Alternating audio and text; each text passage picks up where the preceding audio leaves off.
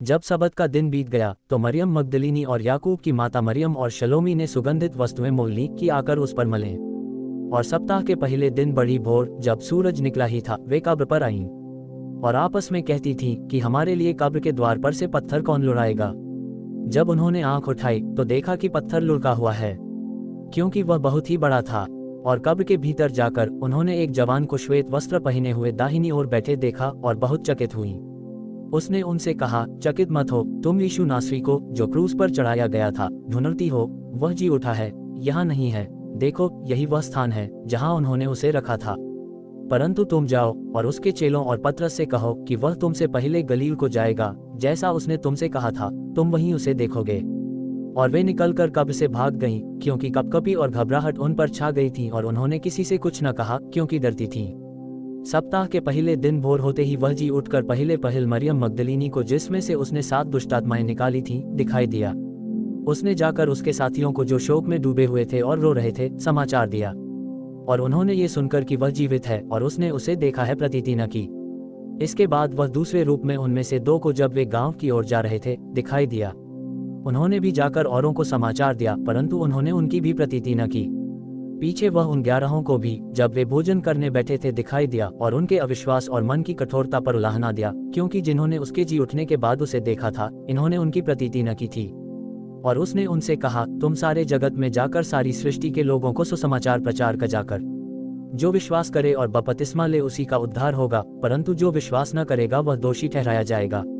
और विश्वास करने वालों में ये चिन्ह होंगे कि वे मेरे नाम से दुष्टात्माओं को निकालेंगे, नई नई भाषा बोलेंगे, सांपों को उठा लेंगे, और यदि वे नाशक वस्तु भी पी जाएं तो भी उनकी कुछ हानि न होगी। वे बीमारों पर हाथ रखेंगे और वे चंगे हो जाएंगे। निदान प्रभु यीशु उनसे बातें करने के बाद स्वर्ग पर उठा लिया गया और परमेश्वर की दाहिनी ओर बैठ गया। और उन्होंने निकलकर हर जगह प्रचार किया, और प्रभु उनके साथ काम करता रहा, और उन चिन्हों के द्वारा जो साथ साथ होते थे वचन को दृढ़ करता रहा। आमीन। या की स्तुति करो, हे मेरे मन यहोवा की स्तुति कर। मैं जीवन भर यहोवा की स्तुति करता रहूंगा। जब तक मैं बना रहूंगा तब तक मैं अपने परमेश्वर का भजन गाता रहूंगा। तुम प्रधानों पर भरोसा न रखना, न किसी आदमी पर, क्योंकि उसमें उद्धार करने की भी शक्ति नहीं। उसका भी प्राण निकलेगा, वह भी मिट्टी में मिल जाएगा। उसी दिन उसकी सब कल्पनाएं नाश हो जाएंगी। क्या ही धन्य वह है जिसका सहायक याकूब का ईश्वर है, और जिसका भरोसा अपने परमेश्वर यहोवा पर है। वह आकाश और पृथ्वी और समुद्र और उनमें जो कुछ है सबका करता है, और वह अपना वचन सदा के लिए पूरा करता रहेगा। वह पिसे हुओं का न्याय चुकाता है और भूखों को रोटी देता है। यहोवा बंधुओं को छुड़ाता है। यहोवा अंधों को आंखें देता है। यहोवा झुके हुओं को सीधा खड़ा करता है। यहोवा धर्मियों से प्रेम रखता है। यहोवा परदेशियों की रक्षा करता है, और अनाथों और विधवा को तो संभालता है, परंतु दुष्टों के मार्ग को टेढ़ा मेढ़ा करता है। हे सिय्योन, यहोवा सदा के लिए तेरा परमेश्वर पीढ़ी पीढ़ी राज्य करता रहेगा। याह की स्तुति करो। और उसने लोगों को अपने पास बुलाकर उनसे कहा, तुम सब मेरी सुनो और समझो। ऐसी तो कोई वस्तु नहीं जो मनुष्य में बाहर से समाकर अशुद्ध करे, परंतु जो वस्तुएं मनुष्य के भीतर से निकलती हैं वे ही उसे अशुद्ध करती हैं। यदि किसी के सुनने के कान हो तो सुन ले। जब वह भीड़ के पास से घर में गया तो उसके चेलों ने इस दृष्टांत के विषय में उससे पूछा। उसने उनसे कहा, क्या तुम भी ऐसे नासमझ हो? क्या तुम नहीं समझते कि जो वस्तु बाहर से मनुष्य के भीतर जाती है वह उसे अशुद्ध नहीं कर सकती, क्योंकि वह उसके मन में नहीं परंतु पेट में जाती है और संडास में निकल जाती है। ये कहकर उसने सब भोजन वस्तुओं को शुद्ध ठहराया।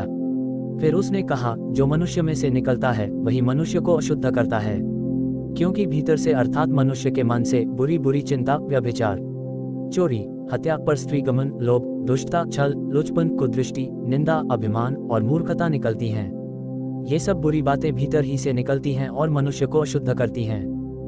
जब तू किसी हाकिम के संग भोजन करने को बैठे तब इस बात को मन लगाकर सोचना कि मेरे सामने कौन है, और यदि तू खाओ हो तो थोड़ा खाकर भूखा उठ जाना।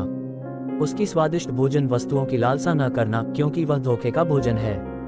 धनी होने के लिए परिश्रम न करना, अपनी समझ का भरोसा छोड़ना। क्या तू अपनी दृष्टि उस वस्तु पर लगाएगा जो है ही नहीं? वह का पक्षी की नाई पंख लगाकर संदेह आकाश की ओर उड़ जाता है। जो डाह से देखता है उसकी रोटी न खाना, और न उसकी स्वादिष्ट भोजन वस्तुओं की लालसा करना, क्योंकि जैसा वह अपने मन में विचार करता है वैसा वह आप है। वह तुझसे कहता तो है खा पी, परंतु उसका मन तुझसे लगा नहीं। जो कौर तूने खाया हो उसे उगलना पड़ेगा, और तू अपनी मीठी बातों का फल खोएगा। मूर्ख के सामने न बोलना, नहीं तो वह तेरे बुद्धि के वचनों को तुच्छ जानेगा।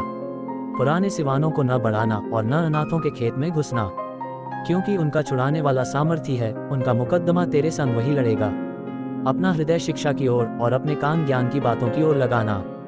लड़के की ताड़ना न छोड़ना, क्योंकि यदि तू उसका छड़ी से मारे तो वह न मरेगा, तू उसका छड़ी से मारकर उसका प्राण अधोलोक से बचाएगा।